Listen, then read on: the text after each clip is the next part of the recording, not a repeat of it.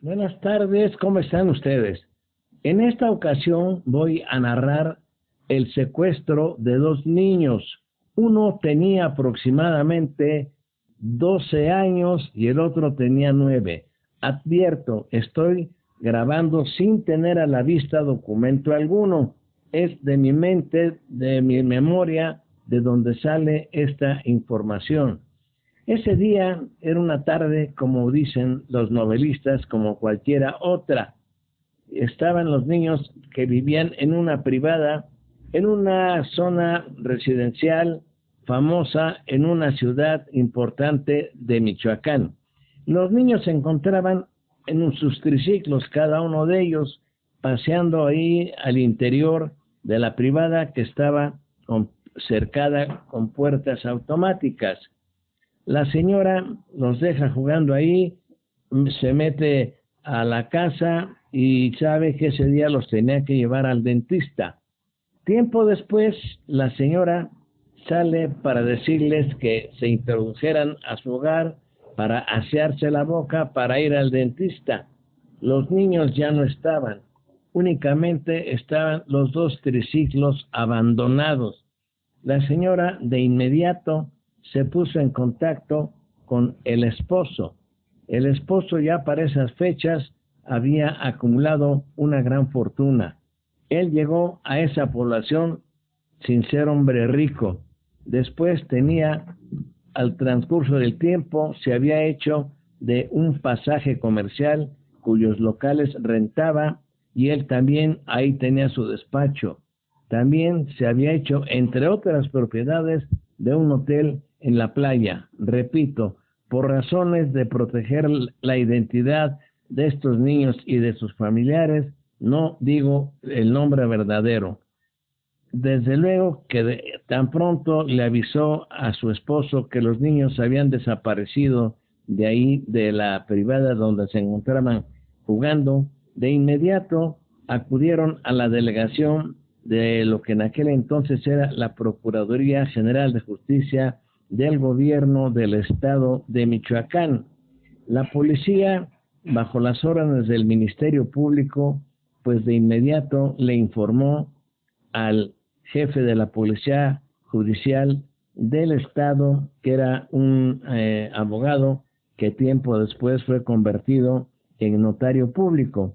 Era un hombre muy inteligente, sumamente prudente, siempre andaba muy bien vestido.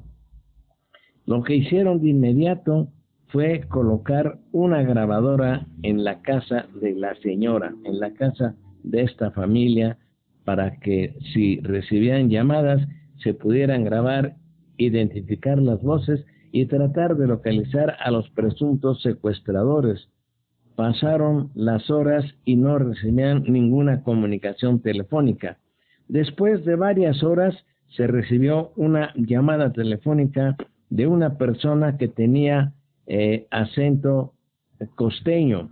Desde luego que antes de esto la familia ofrecía una jugosa recompensa para quien o quienes informaran si conocían del paradero de los niños.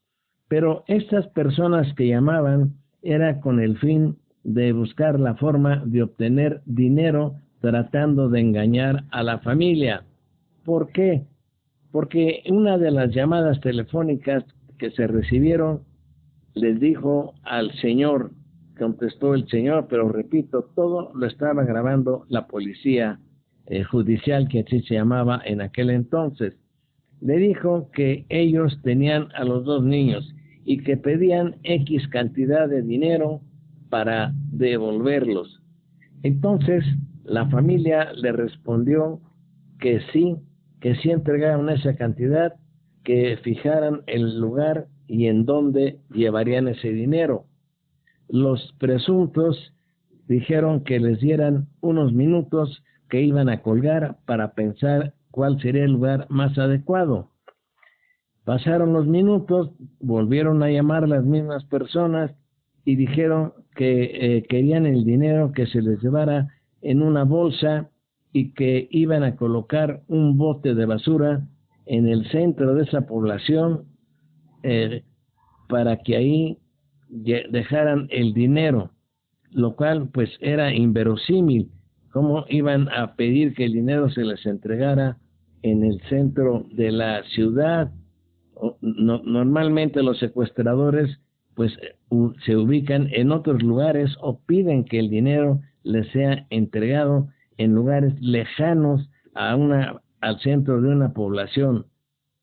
Se llevó a cabo un operativo, inclusive varios elementos de la policía judicial se disfrazaron hasta de paleteros.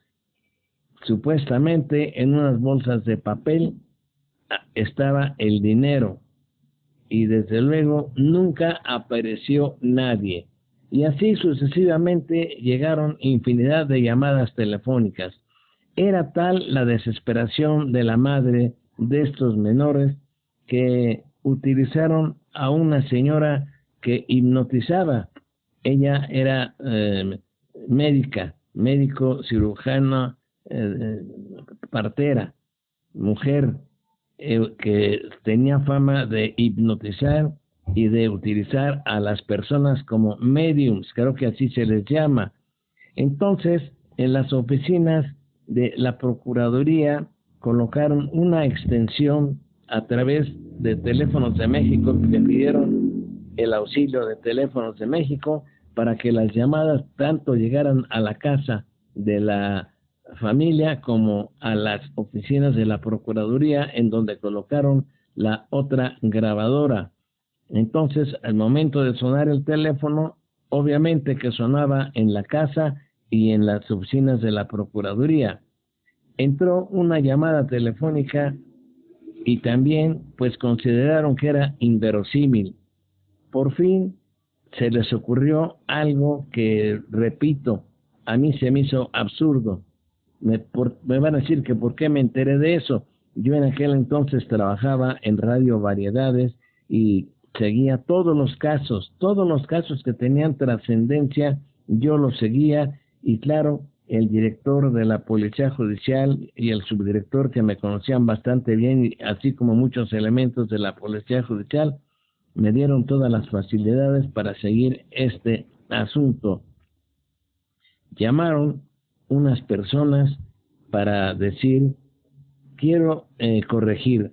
Antes de esa llamada telefónica, la señora, la mamá de los menores, pidió que esta mujer que hipnotizaba llevara a cabo esa actividad y que utilizara como medium o como intermediario a un elemento de la policía judicial, que también me reservo su nombre. Entonces, aparentemente los hipnotizaba. Yo no sé si esto funcionaba o no, porque yo desconozco totalmente de eso, pero en una silla se encontraba sentado este elemento de la policía judicial, y la señora, la médico cirujana, le decía: pregunta, infórmame y dime en dónde están esos niños. Y el elemento de la policía judicial contestaba: se encuentran, los traen en una camioneta pick-up, los traen amarrados en la caja de la camioneta, descubierta, desde luego, según él, era una pick-up, y que andaban aproximadamente en una población que se encuentra a 250 kilómetros de distancia de la capital del estado. Entonces, llamaron por teléfono, porque en aquel entonces todavía no existían ni las computadoras ni los teléfonos celulares. Utilizaron el teléfono normal, el teléfono fijo, y llamaron vía telefónica a las oficinas, a la subdelegación de la Procuraduría de Justicia en ese lugar, para indicarles que en tal brecha que conducía a tal población llevaban a los niños en la caja de una camioneta. De inmediato se desplazaron los elementos de la policía judicial, recorrieron toda esa carretera polvorienta y no encontraron absolutamente nada. Le informaron vía telefónica al subdirector de la policía judicial, que era el que llevaba la investigación y que además tenía mucha experiencia en secuestros. Sucedió que era una tomadura de pelo. Aún así, la señora insistió en que se utilizara a otro elemento de la policía judicial, porque seguramente el primero, se había equivocado. Nuevamente la doctora sentó en una silla a otro elemento de la policía judicial y le dijo: observa bien con tu mente en dónde se encuentran los niños. Y el otro, pues yo no sé si era verdad o era mentira, parecía que pensaba, parecía que razonaba, daba a entender que estaba en un trance de esos mentales, y dijo: andan en tal lugar, ahora los traen en otra camioneta cerrada por tal lugar. De inmediato la policía judicial se comunicó a ese lugar para que el destacamento que hacía servicios por esa zona de inmediato fuera a buscar a esta unidad automotriz, cuyos datos se estaba proporcionando con los ojos cerrados, como dormido, adormecido, hipnotizado, este elemento de la policía judicial. ¿Qué sucedió? Otro fracaso, otro fracaso. Y esto se repitió como 4 o 5 veces con diferentes elementos de la policía judicial, y todo era un fracaso, mentira tras mentira. No tuvieron más que resignarse a que se utilizaran otros métodos para que estos niños aparecieran o los encontraran. Se recibió una llamada telefónica un día por la tarde para decirles los presuntos secuestradores a la familia que querían tanto dinero y que los llevaran a un lugar, desde luego, alejado del centro de población, y sobre todo que estaba como a 3 o 4 kilómetros en costado lateral de un aeropuerto de aquí del estado de Michoacán, evidentemente, y que iban a poner una banderola roja para que ahí, junto a la banderola roja, pusieran una bolsa con dinero, que ahí lo iban a recoger. Resulta que los elementos de la policía judicial se escondieron, se parapetaron tras unos arbustos y tras unos árboles, pero no se percataron que la parte en donde habían colocado el dinero, yo no sé si en realidad era dinero, porque en estos casos a veces se recortan papel periódico del tamaño de un billete, y en los costados o en los lados opuestos de ese paquete ponen billetes verdaderos. Yo nunca supe si eran billetes verdaderos o eran falsos. Resulta que ahí estuvieron más de una hora, y de pronto apareció una motocicleta de esas que les llaman de montaña, a toda velocidad, y casi empinándose de lado. La persona que viajaba atrás de la motocicleta recoge del suelo, sin bajarse de esa unidad, la bolsa que supuestamente contenía el dinero que habían solicitado, y trataron de alcanzarlo los elementos de la policía judicial. No los pudieron alcanzar ni en camionetas ni en nada, porque eran cerros que no se prestaban para la circulación de vehículos. Estos sujetos llevaban una motocicleta, repito, de esas que se utilizan para subir a los montes. Total, que el dinero se lo llevaron, no sé si era dinero o no era dinero. Siguió la búsqueda de estos niños, con un pesar terrible para la familia, una de reclamos que le hacía la señora al papá. Ya ves, por andar con tus porquerías, sin señalar qué porquerías, ya ves que por andar por tus porquerías lo que sucede ahora, lo que le pasó a mis hijos, pero algo tenemos que hacer para encontrarlos.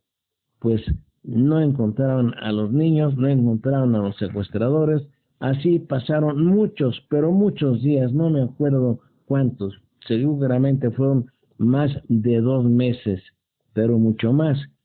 Una tarde, unos labriegos se encontraban sentados en una cerca de madera, en eso que llaman morillos, en una cerca de madera, precisamente cerca del aeropuerto, a cierta distancia donde habían depositado la bolsa. De repente eran como las 6 de la tarde, los perros empezaron a ladrar, los perros que acompañaban siempre a estos labriegos que se habían sentado en esos morillos a fumarse sus respectivos cigarrillos. Los perros empezaron a ladrar y a escarbar y aparecieron dos esqueletos.